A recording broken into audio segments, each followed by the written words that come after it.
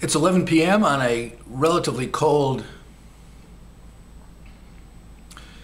It's 11 p.m. Pacific Standard Time on Wednesday, the 17th of January, 2007. I'm Mark Strassman, President and CEO of Etopia Media and publisher of Etopia News, which you can access at your convenience on the internet at www.etopiamedia.net. That's etopiamedia.net. As a service for those who prefer to watch and listen to the Bipartisan Senate Resolution on Iraq, which has just been drafted by Senators Hagel, Biden, and Levin, all of whom except Senator Levin are running for President of the United States, I'm going to read that resolution to you now, and you can listen to it. It's entitled Bipartisan Senate Resolution on Iraq in the Senate of the United States, 110th Congress, first session, and it reads as follows. In the Senate of the United States, submitted the following concurrent resolution, which was referred to the Committee on, they don't know yet, concurrent resolution expressing the bipartisan resolution on Iraq. Whereas the United States strategy and presence on the ground in Iraq can only be sustained with the support of the American people and bipartisan support from Congress, whereas maximizing chances of success in Iraq should be our goal, and the best chance of success requires a change in current strategy, whereas the situation in Iraq is damaging the standing, influence, and interests of the United States in Iraq, the Middle East, and around the world, whereas more than 137,000 United States military personnel are bravely and honorably serving in Iraq and deserve the support of all Americans, whereas more than 3,000 United States military personnel have already lost their lives in Iraq, and more than 22,500 have been wounded in Iraq, whereas on January 10th, 2007, President George W. Bush announced his plans to deepen the United States military involvement in Iraq by deploying approximately 21,000 additional United States combat forces in Iraq, whereas Iraq is witnessing widening sectarian and intra-sectarian violence,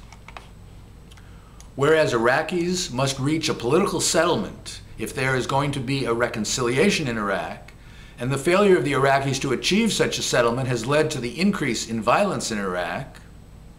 whereas Iraq Prime Minister Nouri al-Maliki stated on November 27, 2006 that, quote, "The crisis is political, and the ones who can stop the cycle of aggravation and bloodletting of innocents are the politicians," whereas an open-ended commitment of United States forces in Iraq is unsustainable and a deterrent to the Iraqis making the political compromises and providing the personnel and resources that are needed for violence to end and for stability and security to be achieved in Iraq, whereas the responsibility for internal security and halting sectarian violence in Iraq must rest primarily with the government of Iraq and Iraqi security forces, whereas there have been repeated promises by the government of Iraq to assume a greater share of security responsibilities, disband militias, consider amendments to the Iraq Constitution, enact laws to reconcile sectarian differences, and improve the quality of life for the Iraqi people. But those promises have not been kept. Whereas a successful strategy in Iraq is dependent upon the Iraqi leaders fulfilling their promises, whereas the commander of the United States Central Command, General John Abazed, testified to Congress on November 15, 2006 that, quote, "It's easy for the Iraqis to rely upon us to do this work. I believe that more American forces prevent the Iraqis from taking more responsibility for their own future." Whereas the Iraq Study Group suggested a comprehensive strategy to, quote, "enable the United States to begin to move its combat forces out of Iraq responsibly based on, quote, "new and enhanced diplomatic and political efforts in Iraq and the region." Whereas the United States Army and Marine Corps, including their reserves and the Army National Guard, their personnel, and their families are under enormous strain from multiple extended deployments to Iraq and Afghanistan. whereas the majority of non-deployed Army and Marine Corps units are no longer combat ready due to the lack of equipment and insufficient time to train. And whereas the United States strategy in Iraq must not compromise the ability of the United States to address other vital national security priorities, in particular, global terror networks, proliferation of weapons of mass destruction, regional stability in the Middle East, the nuclear program of Iran, the nuclear weapons of North Korea, and stability and security in Afghanistan, now, therefore, be it resolved by the Senate, the House of Representatives concurring, that it is the sense of Congress that it is not in the national interest of the United States to deepen its military involvement in Iraq, particularly by escalating the United States military force presence in Iraq. The primary objective of United States strategy in Iraq should be to have the Iraqi political leaders make the political compromises necessary to end the violence in Iraq. Those were points 1 and 2. And 3, greater concerted regional and international support would assist the Iraqis in achieving a political solution and national reconciliation. 4, main elements of the mission of the United States forces in Iraq should transition to helping ensure the territorial integrity of Iraq, conduct counterterrorism activities, reduce regional interference in the internal affairs of Iraq, and accelerate training of Iraqi troops.